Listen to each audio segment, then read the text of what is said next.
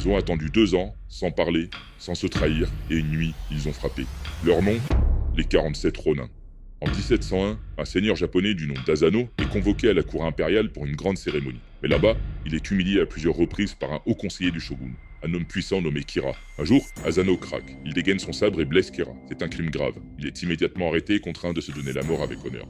Et sa mort est injuste. Alors, les 300 samouraïs d'Asano deviennent des Ronins, des guerriers sans maître, bannis et déshonorés. Parmi eux, un homme refuse d'abandonner. Il s'appelle Oishi, et dans le silence, il prépare sa vengeance. Il recrute 46 anciens compagnons, mais il sait qu'on les surveille. Alors pendant près de 2 ans, il se disperse.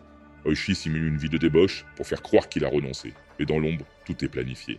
À l'aube du 14 décembre 1702, ils réapparaissent. 47 fantômes silencieux, ils attaquent la résidence de Kira sous la neige. Une attaque éclair, précise, implacable. Les gardes sont balayés, les portes enfoncées et les pièces fouillées une à une. Kira tente de fuir. Il le retrouve caché au fond d'une pièce. Oishi s'avance et lui tend un sabre. Il lui offre alors une mort honorable.